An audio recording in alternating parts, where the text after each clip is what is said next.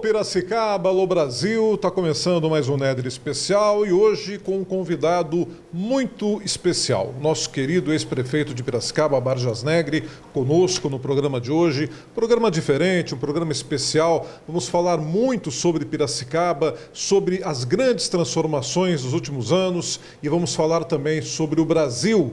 Fique ligado, fique ligada, o nosso Néder Especial de hoje com a entrevista com Barjas Negri está começando agora.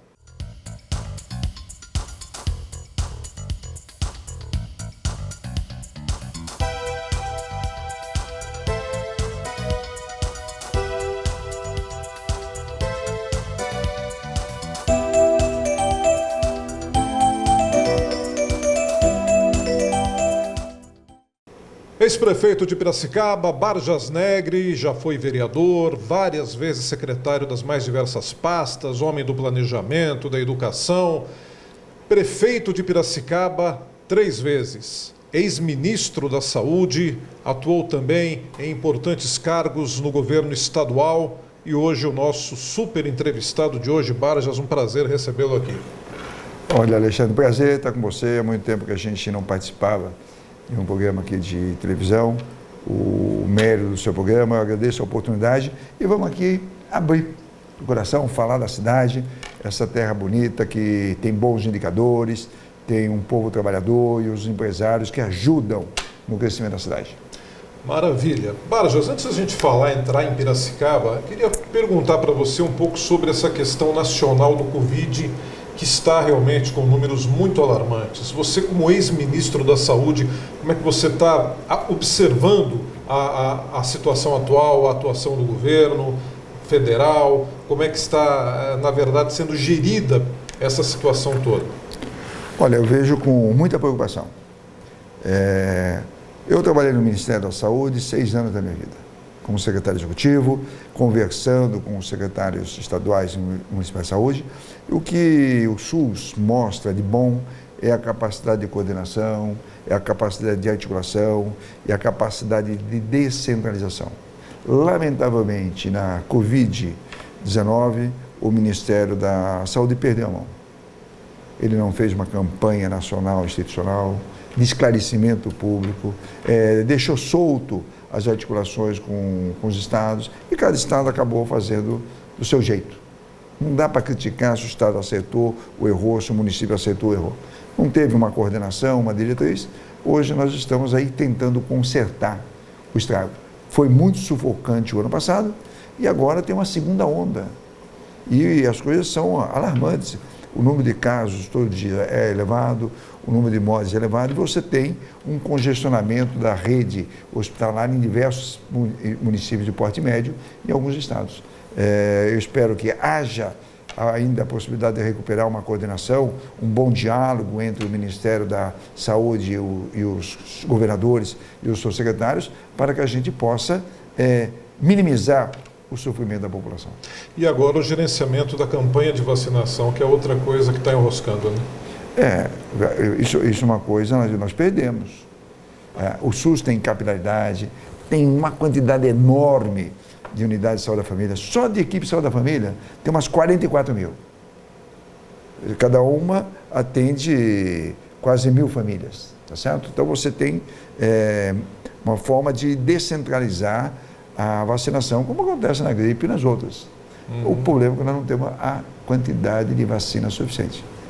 Alguém cometeu algum equívoco no meio do caminho, não fez as compras de forma adequada, não se comprometeu, nós estamos com uma enorme dificuldade. Claro que vai sair vacina, mas a população fica aflita, tá certo? Eu tenho 70, estou na fila, tá certo? Fiz a minha inscrição, mas nem daqui 30 dias será dada a vacina para quem tem mais de 70 anos. Você imagina a aflição das pessoas, porque os estados trabalham, o Ministério trabalha, a Fiocruz, o Butantan, mas a quantidade de vacina não é suficiente para que a gente atenda boa parte da população.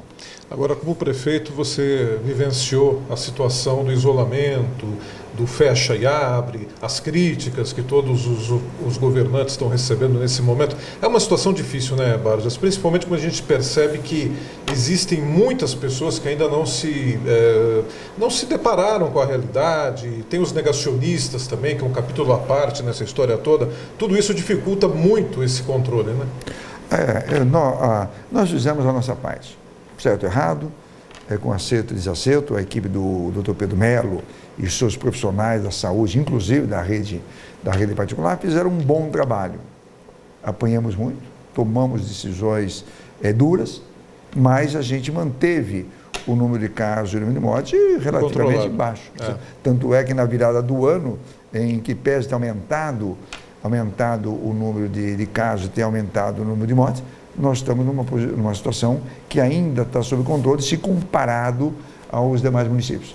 Mas eu espero que a cidade continue fazendo isolamento social. As pessoas têm que se conscientizar que é preciso lavar a mão com água e sabão, que é preciso passar álcool em gel, que é preciso colocar máscara, que é preciso fazer o distanciamento social. A hora que tiver a vacina para imunizar 60%, 70% da população, você pode afrouxar um pouco. Mas enquanto não tem, a melhor forma é a participação de cada um. Maravilha. E as vacinas estão vindo, né? Estão vindo, um pouco variedade. Né? Ainda bem que tem o Butantan. Olha, o Butantan é uma entidade secular em São Paulo. O Faramanguinhos, no Rio de Janeiro, da Fiocruz, também é. Eu conheço pessoalmente as duas. Na época que eu trabalhei no Ministério, que o José Serra era ministro, a gente ajudou com recursos para modernizar as duas instituições. Eles têm bons técnicos, boa capacidade, só que o insumo vem do exterior. A gente não tem ainda a possibilidade de fazer, antes do segundo semestre, o princípio ativo, que é o IFA, que é um insumo farmacêutico ativo. Isso ainda é produzido lá fora e somente o ano que vem, ou no segundo semestre, é que os dois institutos vão ter condições de fazer isso. Mas até lá, é bom prevenir. Maravilha. Barjas, você está atuando ali junto à Secretaria de Desenvolvimento Regional do Estado, dando ali uma cooperação no sentido de articular esse setor importante do governo, né? Como é que está essa experiência aí? Olha, eu estou ajudando na medida possível, com a experiência de quem trabalhou na prefeitura, mas eu tinha uma experiência na universidade. Eu fiz parte de uma coisa chamada NESUR, que pouca gente conhece. É Núcleo de Economia Regional Urbana e Social, onde se discutia a questão da regionalização, dos aglomerados urbanos, do processo de metropolização. A minha tese de doutorado é concentração e desconcentração industrial em São Paulo. Eu analisei durante um século a distribuição espacial da indústria paulista, como que surge na região oeste, como que surge em Campinas, em Sorocaba, em Ribeirão e assim por diante, e como descentraliza da metrópole para o interior. Por conta desse conhecimento, me chamaram para dar uns palpites, olhar, dar as sugestões, analisar os projetos e colaborar na medida do possível. E, claro, eu estou fazendo outras coisas, mas não me furto auxiliar quem quer que seja, pelo conhecimento teórico e pelo conhecimento prático que eu tive ao longo da minha carreira como homem público. Perfeito. Vou falar de Piracicaba, o Barjas, 3 vezes prefeito. Eu costumo dizer que existe uma diferença muito grande antes e depois do Barjas, né? E quem veio a Piracicaba pela última vez, no finalzinho ali de 2004, e retornou depois de 10 anos na cidade, 10, 15 anos, né? Percebe já as mudanças, percebe que está numa outra cidade. Aliás, 2004, mais 10, 2024, não, mas vamos falar mais 10, 2014, mais 4, 2018. Eu acho que ao todo foram 16 anos, né? Olha, 12 anos. Eu fui prefeito durante 12 anos. 12 anos. Mas influenciei também porque eu acabei fazendo o meu sucessor, que deu continuidade numa série de ações e programas que nós tínhamos. Agora, começo dessa história, Barjas, foi na eleição lá de 2004, uma eleição histórica, né? Você estava com quantos por cento no início da pesquisa, Barjas? Nem fale, 3%. 3%, né? Eu me lembro que um dia o Barjas fez o prognóstico lá, e deu certo. Quer dizer, você, estrategista, percebeu que a cidade estava realmente precisando de uma proposta diferenciada, né? e que acabou se tornando parte de um governo que resgatou no início do mandato aquele sentimento do piracicabanismo, né? Você deu vida a importantes regiões e instituições da cidade que estavam um pouco enfraquecidas. A nossa equipe, a coligação, os partidos, na época, tiveram a percepção das mudanças que ocorria na cidade. E veja, nós também éramos bem mais novos e nós nunca tivemos a pretensão de ser o dono da verdade. Eu vou dizer uma coisa que eu falei poucas vezes. Quando nós assumimos a administração, havia em gestação e execução o projeto Beira Rio, concebido na gestão do prefeito José Machado, apoiado pela AUCIP 2010, onde participou muita gente da sociedade. Eu não conhecia direito aquele programa. Nós tínhamos uma outra imagem, outras coisas, e nós percebemos que aquilo era uma coisa boa. A primeira coisa que nós fizemos foi dar continuidade naquilo.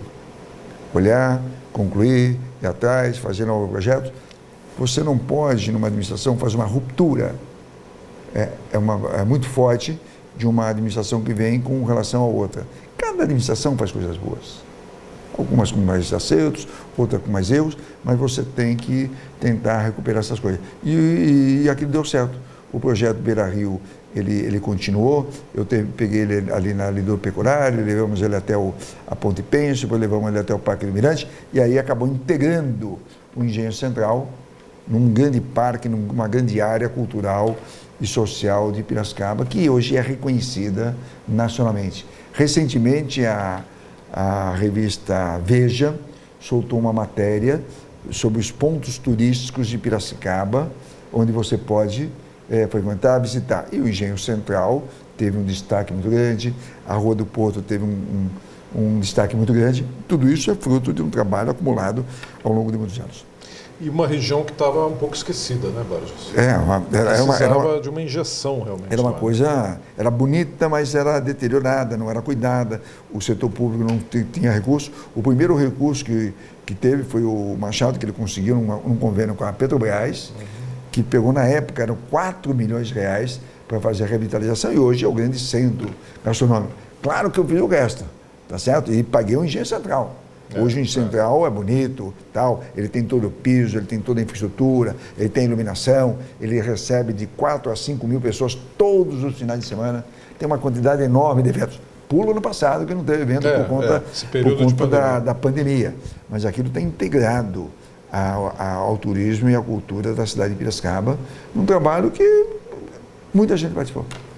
Agora é interessante isso, né? Esse resgate e essa união que você fez de Piracicaba com o estado de São Paulo. Costumava-se dizer que nós éramos fim de linha e as suas gestões mudaram essa imagem através de obras importantes que interligaram a cidade com toda a região, com todo o estado, reconhecendo o valor de Piracicaba, que sempre teve nas áreas tecnológicas, na área da educação, da cultura, mas com essa questão de integração houve esse reconhecimento mais facilmente esclarecido, né?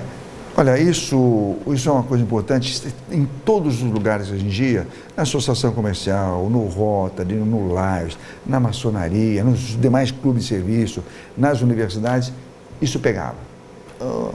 Para falar com o comandante da Polícia Militar, tem que ir em Campinas. Para falar com o delegado, tem que ir em Campinas. Para fazer carteira de identidade, ou vai no despachante, ou vai em Campinas. Estou contando algumas coisas que o pessoal falava. E a gente procurou o seguinte, olha, vamos cortar esse cordão umbilical de Campinas. Vamos nos articular com os vereadores, com as forças vivas da cidade, com os parlamentares. Aqui tinha deputado estadual, o Roberto Moraes importante, o Ministério importante, os deputados acabaram ajudando muito. E o que a gente fez? Bom, vamos inserir Piracicaba nisso. Um dia atrás do Poupa Tempo, e olha, o Poupa Tempo ocupou o subsolo do Cumbuba. Uma coisa deteriorada, degradada, virou uma coisa moderna e presta bom serviço com qualidade no centro, no coração da cidade de Piracicaba. Você pega aqui na 31 de março, a gente construiu a sede do DEINTER 9, a Delegacia Judiciária do Interior. Tínhamos que nos reportar Campinas. O governador criou o DEINTER 9 aqui em Piracicaba, a prefeitura construiu o EDIO e hoje nós temos um bom atendimento. O CPI 9 é a mesma coisa. O comando da polícia ficava em Campinas. Ele foi, negociou com o governador, os vereadores aprovaram e trouxe o CPI-9 para Piracicaba. Eu me lembro que, para trazer o CPI-9, o Corpo Bombeiro estava lá dentro. Não tem espaço. Eu falei, não, peraí, deixa que eu construa a sede da unidade do Corpo Bombeiro, ali na Martins Salgou, perto da FUMEP. Eu fui lá, acho que o diretor era o Copato, se não me engano.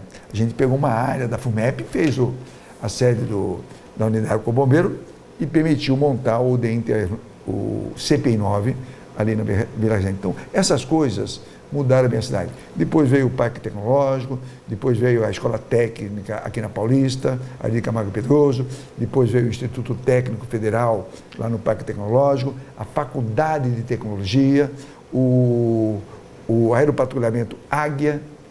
E tem uma coisa que as pessoas não veem, a sede do Ministério Público Estadual, ali em frente ao Centro de Reabilitação, o 10º agrupamento do Corpo Bombeiro, também ali na região do São Judas. Essas coisas foram acontecendo. Até o governo federal fez a sede da Receita Federal. A Receita Federal tem um planejamento que ela constrói uma sede por ano no Brasil. Bom, chegou a vez de Piracicaba. Chegou a vez de Piracicaba. Certo? A gente não começamos a ganhar corpo nessa musculatura. Claro, tem coisas que não vieram. Por exemplo, a sede da Polícia Federal não foi.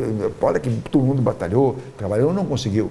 Tá certo? Hoje está em 40 lugares. Mas essas coisas deram uma dimensão maior para a cidade de Piracicaba. E, como a segurança ela é mais do Estado, a gente se articulou. Veja, recentemente, você ajudou. A gente trouxe o BAEP para Piracicaba. E teve gente que foi contra. Olha que a gente é vacinado, 20 mil assinaturas, mobilizou a cidade inteira. Teve gente da polícia que foi contra. Não, porque vai tirar a polícia da rua. Fez o BAEP e trouxe para Piracicaba mais de 150 novos policiais, que atua de forma integrada. E a gente vê a atuação hoje do BAEP, a gente percebe como foi uma vitória para a cidade, né? Eles estão realmente implacáveis, é uma segurança de qualidade, uma abordagem tecnicamente impecável. Né? E isso mudou, ampliou o potencial de Piracicaba. Então, estou falando só da articulação com o governo federal, com o governo estadual e a prefeitura.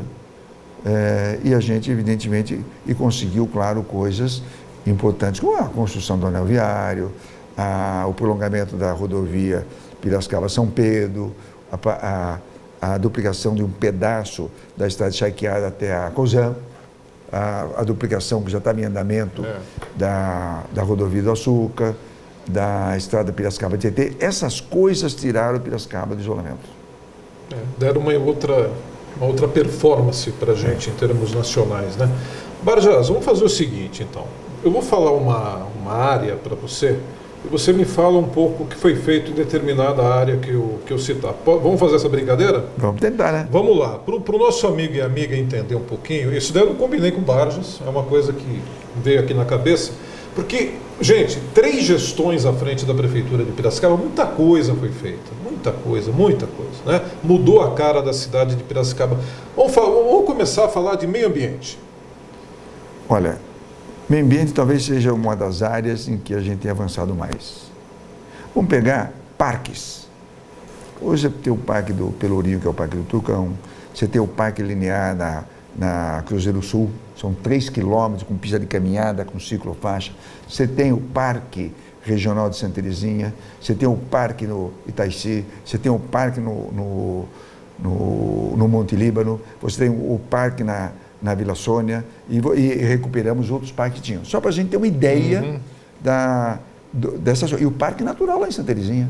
Lá só ali foi plantado 40 mil árvores, numa parceria com a ArcelorMittal. Pega a proteção aos nossos mananciais. O Tami, quando foi prefeito, e Humberto teve como secretário do SEMAI, presidente do SEMAI, o Edgar Camolés. Eles construíram a primeira grande estação de tratamento de esgoto lá no Piracicamirim, que tratou 29%, 30% de esgoto, recuperando o Ribeirão Piracicamirim. Lembra? Era sujo, imundo, esgoto para tudo quanto é lado. Aquilo não tem mais. Os interceptores levam e tratam nessa estação do Piracicamirim. Na nossa gestão, nós fizemos a Ponte do Caixão, que pega todo o esgoto da Cidade Alta, do São Dimas, do Jupiá, leva para lá. Fizemos uma estação lá em Santa Terezinha, um bairro chamado Bela Vista. A intercepção do esgoto passa pela Engenharia Central, pela Nova Piracicaba, vai até Santa Terezinha. E o esgoto é tratado. Tem uma falha aqui, uma falha acolá, mas qualquer indicador de saneamento básico coloca a Piracicaba em primeiro lugar. Água praticamente para todo mundo, coleta de esgoto praticamente para todo mundo e tratamento de esgoto para que o Piracicabirim, o Guamirim, o Corumbataí, o Piracicaba e o Córrego das Ondas, esses córregos não tenham o despejo do esgoto. Então, nós somos reconhecidos. Tem problema? Tem, porque surge uma favela, uma comunidade. Isso daí muda. Você corre atrás do prejuízo. Surgiu a comunidade, você não consegue coletar o esgoto e colocar água no dia seguinte. Tem o esgoto, tem a coisa clandestina que acaba. Mas isso é pequeno se comparar ao tamanho da cidade de Piracicaba. Então, são essas coisas. Você pega o lixo. Nós temos uma usina de tratamento de lixo. Nós temos o reciclador solidário. Nem fui eu que montei esse negócio, já veio, eu que dei estrutura, ampliamos o prédio para dar condições mais adequadas para a cooperativa, e você tem um bom nível de reciclagem do material. Então, são coisas que Piracicaba faz. Eu vou dizer uma que Piracicaba fez, que é quase que inédito. Nós fizemos uma parceria, se não me engano, foi com a Drogal. A gente recolhe medicamento vencido nas 20 farmácias do município e em toda a rede da Drogal, porque isso é um perigo dentro de casa. Perigo, Acidente com criança, em geral, Eu mesmo já levei muitos medicamentos vencidos na farmácia ali do centro, ali do mercado, em frente ao mercado. Essas coisas a prefeitura faz bem, tem uma equipe de educação ambiental boa. Falar nisso, vamos falar de saúde então, né, Barjas? Hospital regional. Olha, viu? Né? Naquela anterior lá não falei da questão do hospital regional, que foi uma articulação do Estado. Que foi Ainda bem que você perguntou da marco, saúde. Né, o hospital regional. Como ajudou, não, Barjas? Como mudou um pouco suavizou um pouco essa falta de leitos, essa dificuldade toda, né? Eu escrevi um artigo ontem, contando um pouco essa história. Agora, no mês de março, o hospital regional faz 3 anos que ele foi inaugurado. Ele cresceu, aumentou leito, aumentou campo de trabalho para profissionais de saúde, aliviou a conta da prefeitura, porque quem paga essa conta é o governo do Estado de São Paulo e o Ministério da Saúde. Aliviando, a prefeitura fez o prédio, mas o Estado banca, financia e contrata a Unicamp para fazer isso. Aumentou o número de cirurgias. Piracicaba fazia 20 mil internações por ano, o hospital regional passou a 25. Deu um crescimento significativo de atendimento. E depois veio a pandemia. Nós tínhamos o hospital regional com uma certa ociosidade, ele não estava funcionando a plena capacidade, ele tinha 18 leitos de UTI, o governo do Estado de São Paulo, o secretário de Saúde, o governador João Dória liberou para a nossa região 74 respiradores. Liberou respirador para Aras, para Leme, para Rio Claro, para Piracicaba, e a gente passou o hospital regional de 18 para 50 leitos de UTI, exclusivo para a Covid. E aí, claro, tivemos muitos casos, tivemos mortes, mas nenhum piracicabano ou nenhum morador da região ficou desassistido. Hoje, você tem uma taxa de ocupação elevada por conta do aumento, no caso da segunda onda, mas o hospital regional é o que tem o maior número de leitos de UTI. A Cana tem um número bom de leito, a Santa Casa tem, a Unimed também tem, mas o hospital regional é que tem o maior número e atende toda a região. Isso foi um ganho. São poucos os municípios que tinham oportunidade de ter um hospital com ociosidade no momento da pior fase da sanitária do Brasil.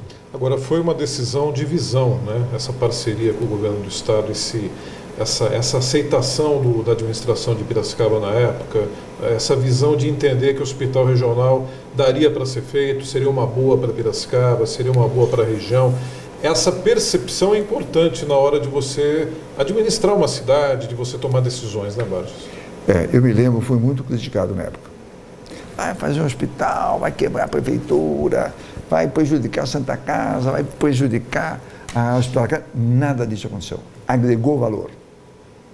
E a gente teve o apoio do Estado, que compreendeu que nós tínhamos carência de leito, a região tinha carência de leito, e o Estado é que financia isso.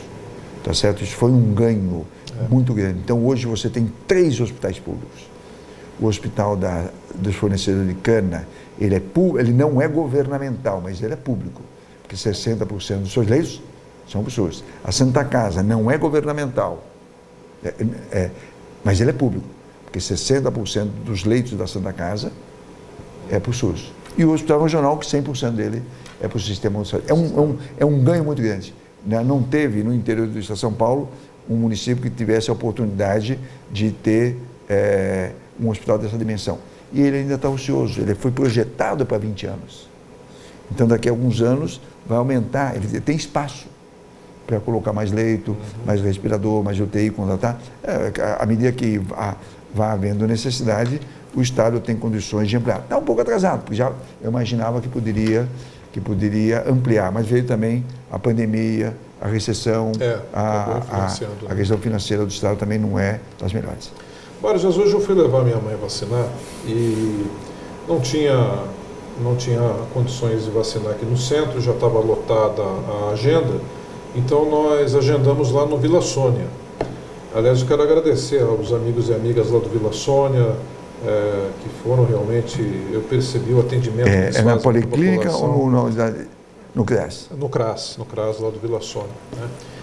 Mas eu passei pela Policlínica, é isso que eu queria te falar, né? Porque quando você percebe ali a estrutura de saúde que você colocou para aquela região ali, seu governo trabalhou muito, o doutor Pedro Melo, toda a equipe, que coisa bonita aquilo, né? Porque é uma estrutura que atende uma camada enorme da população de Piracicaba, né?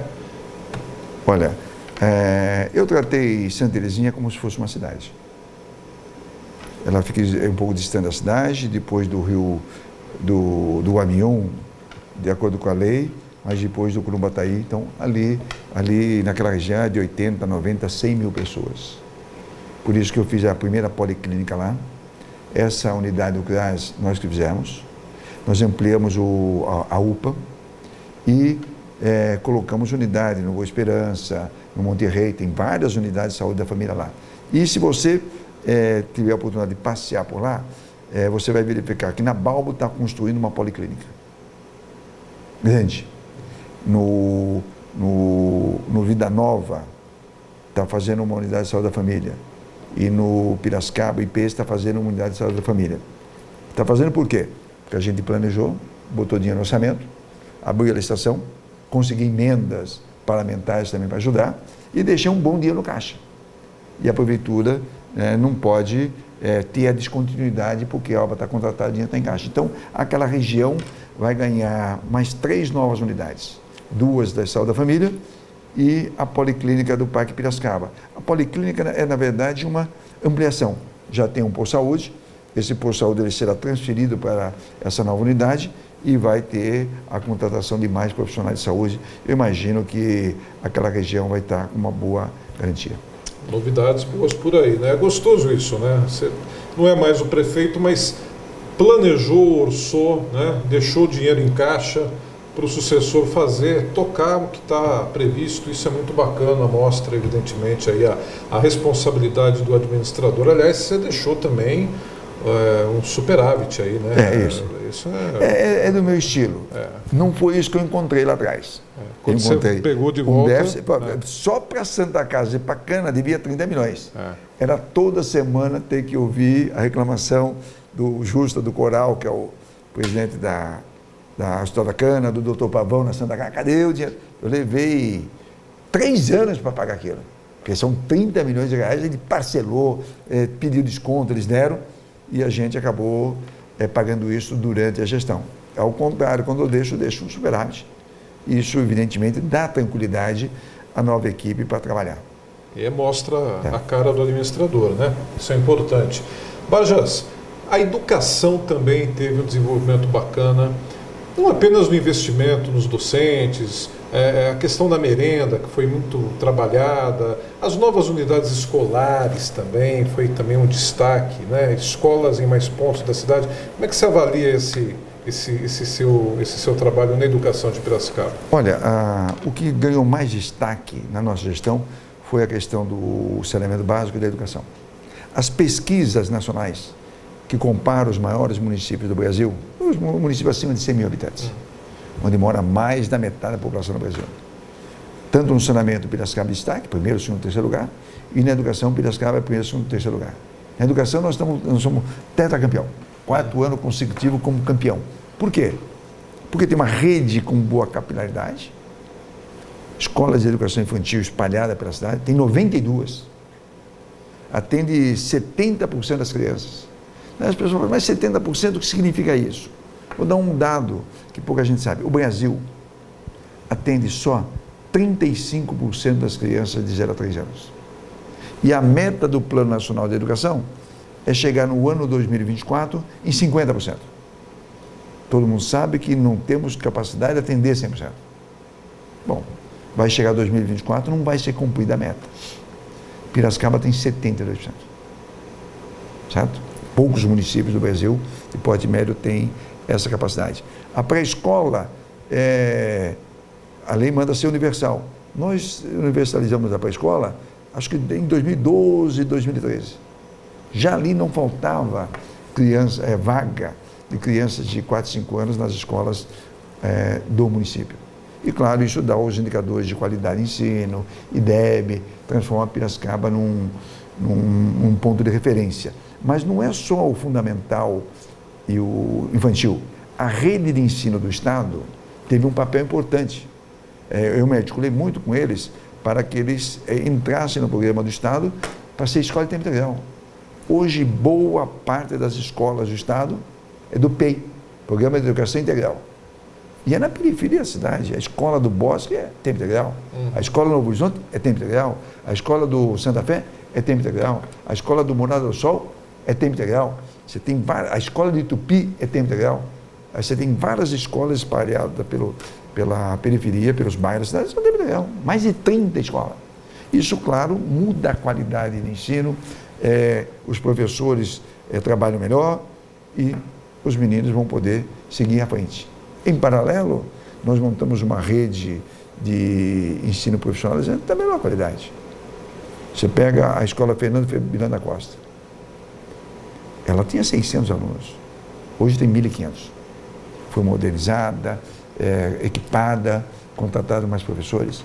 Aqui na Paulista, lembra do prédio Alvarco? Sim. A prefeitura desapropriou Alvarco e construiu ali. Era uma coisa abandonada, degradada. Aquela escola tem 1.000 alunos. Puxa vida. No Parque Tecnológico tem uma FATEC. Ou seja, abrindo as possibilidades, você tem a vinda, a demanda atendida. Então, hoje, o menino que vai para o ensino médio, ele pode fazer a coisa concomitante. Ele tem a FATEC, tem 1.000 alunos, e tem do lado o Instituto Técnico Federal. O Instituto Técnico Federal tem 1.300 alunos, metade de escola técnica profissionalizante, metade de ensino superior. Lá tem escola de engenharia mecânica. Lá tem um curso de física para formar professores para a rede de ensino médio da região. Pouca gente sabe. Os que olham na internet, olham só, eles conseguem fazer. Então, bacana, isso é um diferencial bom da nossa cidade. Vitórias de Piracicaba que estão aí sendo observadas, né, nos dias todos. Você observa, você vê aí como é que a cidade se desenvolveu e muito bem em todos esses anos. Barjas Negri com a gente, conversando no programa de hoje. Nós vamos para um pequeno intervalo. Nós já voltamos com mais um bloco dessa nossa entrevista aqui nos estúdios da Engenho 7, ao vivo para você.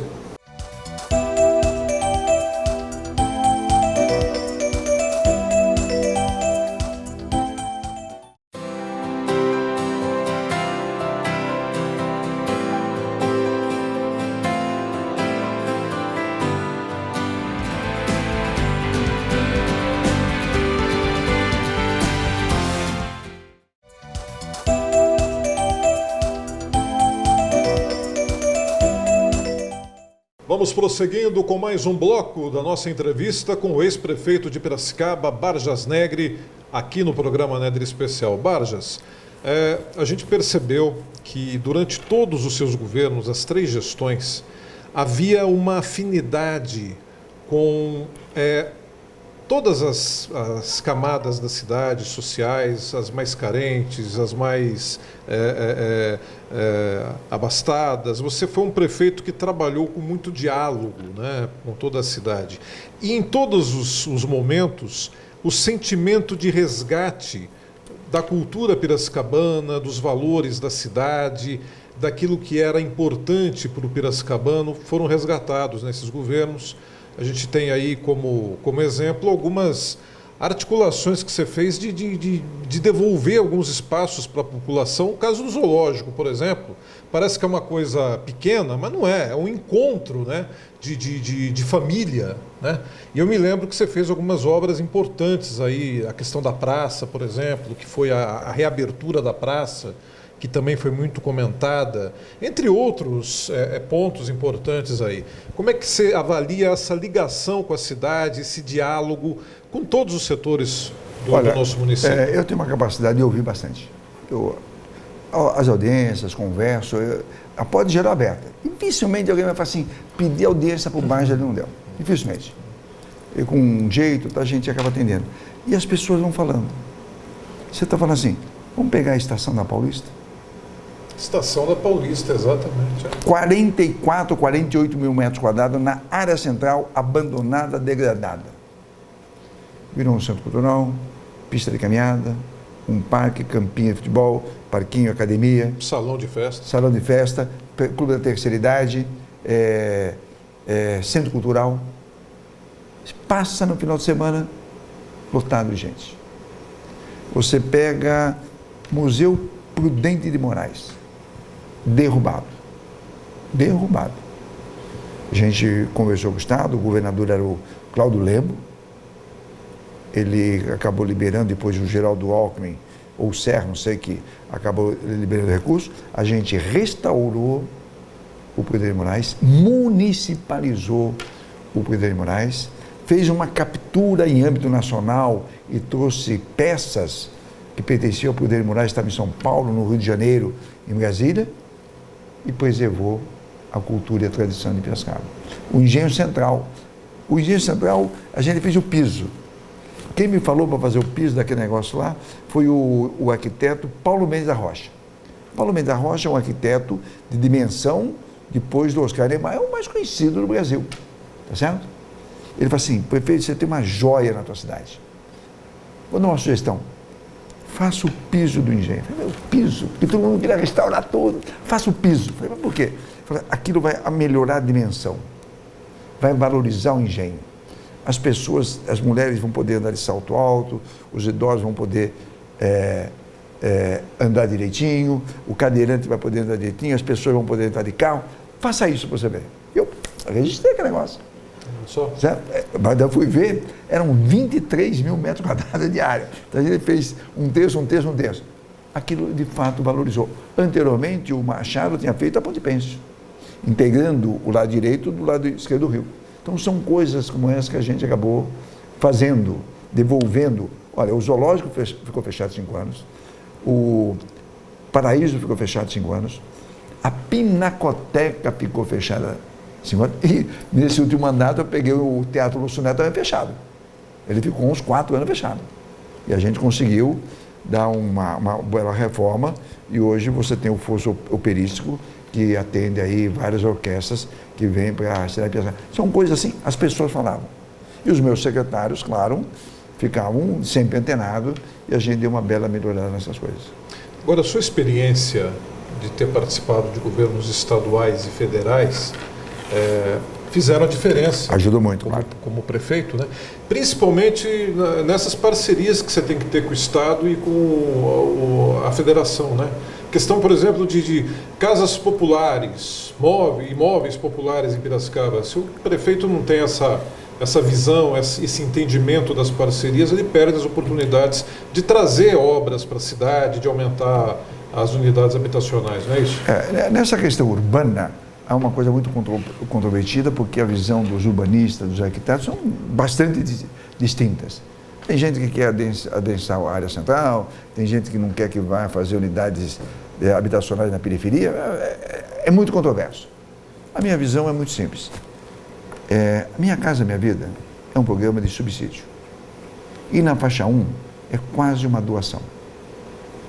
Uma unidade na faixa 1 de R$100 mil, o cidadão paga R$20 mil. 80 é subsídio. Você vai perder a oportunidade de trazer para a cidade uma unidade tipo Vida Nova, tipo Jardim Piracicaba, tipo IP, não vai perder a oportunidade. Muita gente de baixa renda saiu do aluguel e passou a ter a sua unidade. Eles poderiam criticar se você tivesse feito essas unidades sem a infraestrutura social adequada. Não. Olha, se alguém for lá no Gilda, foi montado por nós, são 951 casas. Lá tem uma creche, tem uma escola de ensino fundamental, tem uma escola do Estado, tem uma unidade de Estado da Família e tem um varejão. Fora academia, essas coisas. Pega o Santa Fé, são 716 casas. Tem uma escola do Estado, uma escola do município, tem uma creche, tem um posto de saúde, tem academia e tem um campo de futebol. Você vai no Jardim Piracicaba, lá na região da Vila Sônia. Tem uma creche, tem uma escola, está fazendo um posto de saúde e está fazendo um centro de atendimento socioeducativo. Então, essas unidades têm o equipamento social. Tem o transtorno do deslocamento, que é um pouco distante da cidade. Mas olha, o que é distante da cidade? Alguém se lembra da Secap Eldorado? 30 anos, onde é? Alguém se lembra do Jupiá, 30 anos atrás? Viraram regiões o Alvorada, no início dos anos 90, o Parque Piracicaba Balbo, que foi de 82. Esses núcleos habitacionais estão próximos a essas unidades e adensou um pouco mais a cidade. Isso que é interessante. E as pessoas saíram do aluguel. O que é importante, né? Você dá qualidade de vida através de uma readequação financeira para a pessoa também, né? Porque, afinal de contas, as pessoas com aluguel não são fáceis aí, esses aluguéis, esses valores. Marjas, é importante a gente trabalhar a questão da Secretaria de Desenvolvimento Social ou de Assistência e Desenvolvimento Social, não é? A secretária, na sua gestão, nós tivemos a secretária Eliette Nunes, fez um belo trabalho, foi muito bem elogiada pelas ações que fez. E depois teve a Fabiane também. Depois teve a Fabiane, que foi muito bem também, manteve ali toda aquela linha, né? É um trabalho importante para uma cidade como Piracicaba, que recebe muitas pessoas de outros municípios em uma situação de pobreza total, né? Como é que o município enfrenta isso? Qual que é a melhor alternativa para se trabalhar essa questão? Olha, você tem um sistema nacional. Da mesma forma que você tem o SUS para a saúde, você tem o SUAS, Sistema Único da Assistência Social. Isso é uma coisa integrada. E eu tive uma outra secretária que foi a Maria Angélica. Muito bem então, também, eu sempre procurei trabalhar com as equipes. E a gente implantou o SUAS. Você tem vários centros de referência de assistência social. Você tem na Vila Sônia, você tem no Jaraguá, você tem no Piracicamirim, você tem na região do Parque do Sabiá, Parque do Eucalipto. A gente montou uma rede espalhada pela cidade. A gente montou uma rede de centro de atendimento socioeducativo, que atende crianças de 5 a 15 anos, onde tem a maior vulnerabilidade. E no Rodoal tem, no Sabiá tem, no Jardim Oriente tem, no Bosque dos Lenheiros tem. E agora está fazendo esse, que vai ser ali na região da Vila Sônia, para atender o pessoal do Vila Nova. Então, aí essas crianças têm aula de dança, aula de música, tem capoeira, tem recreação, tem aula de reforço.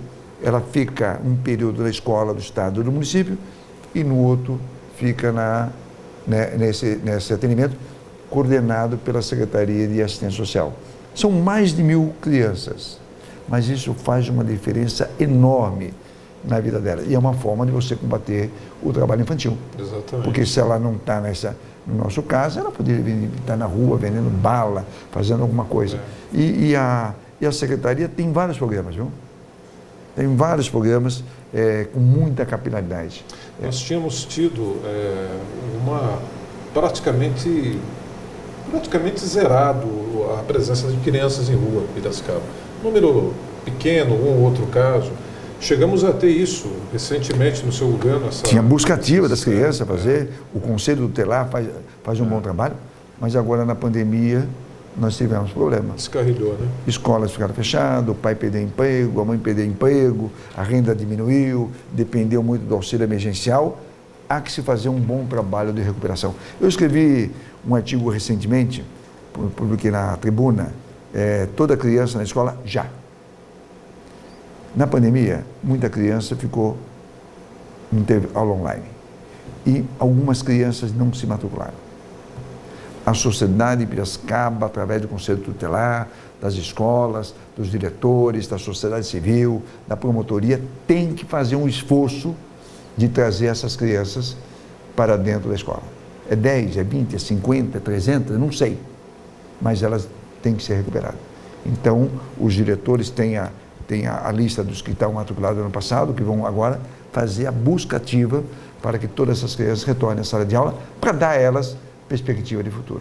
Isso é importante, é o futuro que está em jogo e é como é importante você dar essa estrutura para a criança, né? Você permite uma mudança de realidade da própria família.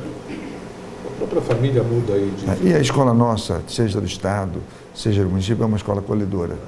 Você tem quadras, você tem computadores, você tem equipamentos, você tem professor de tempo integral. Ele se sente melhor na escola do que ficar em outro local. Vargas, falar com você é uma coisa que prazerosa. A gente vai ficar até amanhã e não vamos conseguir falar de tudo que houve aí nesses seus 3 mandatos à frente da prefeitura. E você falou agora há pouco do Engenho e nós esquecemos do Teatro Euripides de Campos. O Teatro Euripides de Campos, aquilo lá, um teatro dentro do Engenho Central. O Engenho Central já é fabuloso, um teatro daquela envergadura. Lá era a destilaria do Engenho Central. Ah, era? Olha só. Transformação, hein? Ali teve muito o carinho da Rua Camolese. Uma grande secretária a percepção da Rua Camolese. Foi. Ela foi secretária praticamente nos 4 mandatos. Ela, com toque feminino, com a percepção que ela teve. Fez muito pela cultura. Me convenceu a fazer o Teatro Lúcio Neto, os Centros Culturais Regionais em Santa Terezinha, no 1º de Maio, e ali na Estação da Paulista e no Algodoal. E depois a grande reforma que teve no Teatro Lúcio Neto com o Fosso. E veja, e aquele Teatro do Engenho, poucos municípios do Brasil têm 2 teatros públicos. Você pode trazer as peças do eixo Rio-São Paulo sem menor problema. E não é que é pago, tem toda uma articulação de apresentação para as crianças. A Secretaria de Educação tem muito gasto com ônibus, que leva a molecada para assistir às apresentações. Você tem empresas da cidade que tem a sua fundação, como a ArcelorMittal e a Raizen, que fazem apresentações para essa criançada. E a nossa contrapartida é colocar o ônibus para levar as crianças para assistir às peças infantis. Bacana, hein? Legal. É um negócio que fabuloso, né?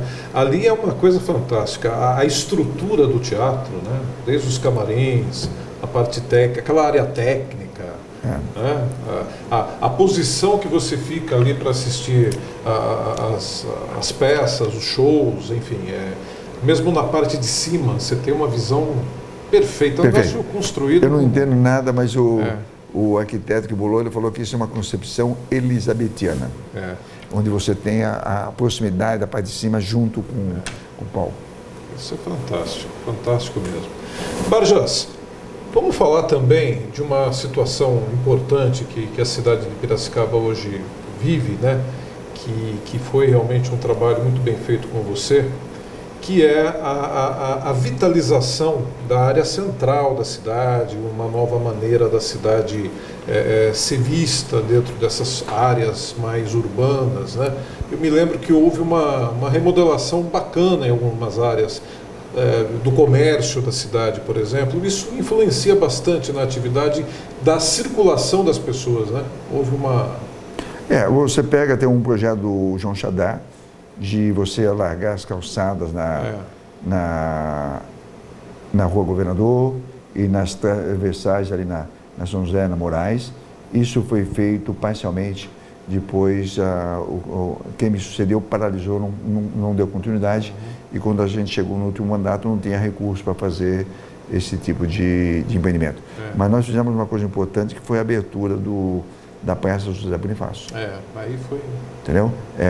Passa despercebido, mas a gente passou a circular com os carros no entorno da praça, fez o poupa-tempo ali embaixo do Cumuba, e o carro passou a ter acesso dentro da Praça José Bonifácio e criou mais ou menos uns 80 estacionamentos. E não se esqueça que a gente pegou o parque infantil, que estava abandonado, e o Xadá fez o projeto arquitetônico da nova biblioteca, e a biblioteca foi instalada lá, e hoje ela tem 100 mil livros instalados ali, e eu tive a oportunidade de reconstruir a creche da Dona Mimi, e ali virou evidentemente uma praça, e recuperamos a seringueira, não sei, uns malucos que foram lá dar tiro de chumbinho, envenenar a seringueira, e ali teve um trabalho, o Teia, que é agrônomo, a Lídia, o Rogério Vidal, se articularam com os professores da Exalc e teve todo um trabalho de irrigação naquela seringueira durante meses, para ver se ela se recuperava. Trabalho maravilhoso feito ali, porque ficou mais um núcleo, né? Um núcleo cultural, recreativo, infantil, ficou ali essa é uma das marcas das suas gestões, né? Você pegava algumas regiões da cidade e aconteceu isso lá na região ali do Terra Rica, né? Ali é próximo do Secap, não é isso? Isso. Aquela região ali com Ilumina, com você fez um corredor ao alargar a Avenida Rio das Pedras, surgiu escola, surgiu Por Saúde, surgiu o projeto Ilumina, lá na frente vem o Hospital Regional e ficou devendo, claro, o Hospital Veterinário. A Prefeitura fez o convênio com o Estado e o Estado ainda não fez a licitação do Hospital Veterinário. Perfeito. Tomara que dê certo isso. Um projeto da gestão do Barjas, com a equipe do Barjas. O que te move, Barjas? Porque a gente percebe que você é um cara que não para, né? O Barjas tem um pique impressionante, cara. Impressionante. A vontade, a disposição. O Vécio está chamando a atenção aqui que você está sempre fisicamente magrinho, né? Não sei se está batendo a bolinha ainda, joga bem bola, joga bem. Joguei. Como é que, o que move a figura humana do Barjas Negri?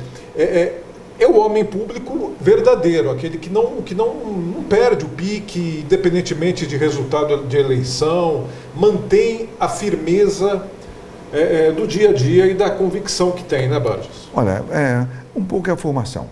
Eu sou de família humilde.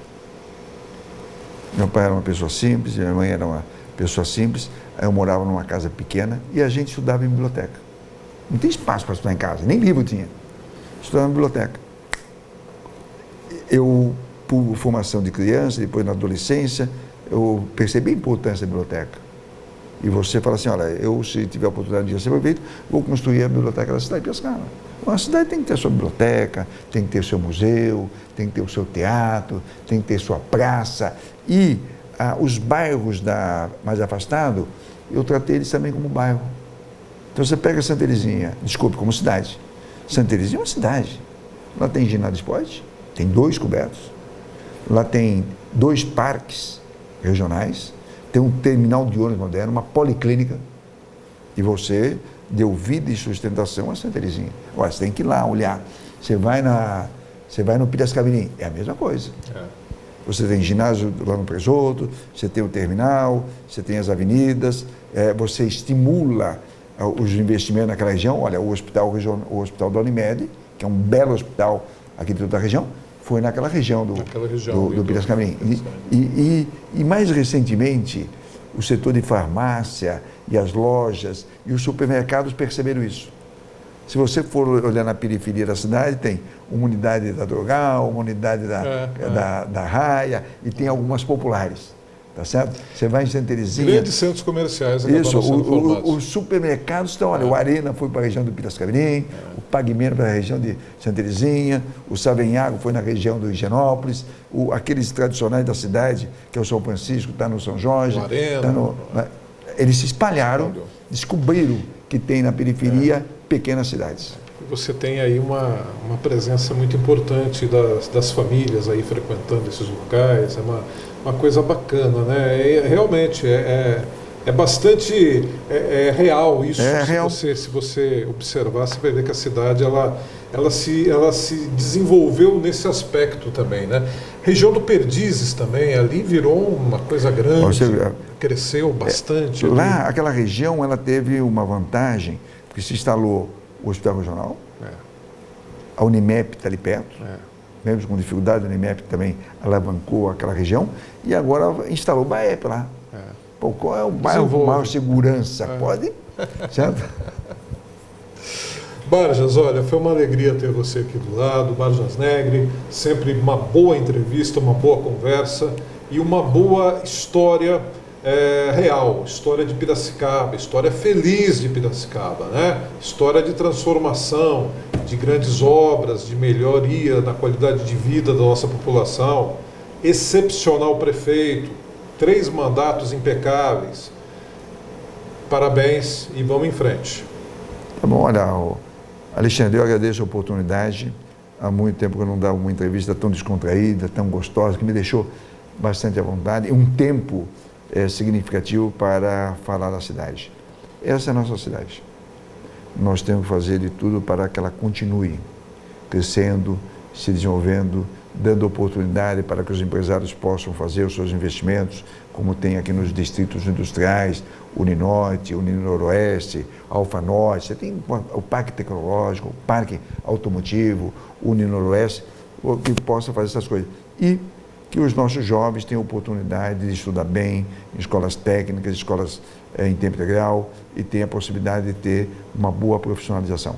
E que a Prefeitura, junto com o Estado, continue mantendo essa rede de proteção social, que ela é extremamente importante. Não podemos esquecer que esse é um país em desenvolvimento, é um país injusto, tem muita gente com baixa renda, e as pessoas de baixa renda dependem exclusivamente do atendimento público na saúde, no atendimento público na educação, no atendimento público no esporte, no atendimento público na cultura e, sobretudo, no atendimento na assistência social. Perfeito. Abração, sucesso. E vamos voltar em breve aqui, hein? Vamos voltar em breve. Estou à sua disposição. Fazer mais uma boa entrevista aqui com o nosso Barjas. Gente, finalizando o programa de hoje, programa especial com o nosso ex-prefeito Barjas Negri, conversando, trocando informações, ideias, relembrando fatos e principalmente falando da nossa querida Piracicaba. Agradeço a sua atenção, o seu carinho, acompanhe o nosso programa nas redes sociais, os endereços para você, especialmente no YouTube, o canal Neder TV. Vamos lá, se inscreva, participe com a gente. Fique sempre com Deus, um grande abraço, a gente se encontra, até mais!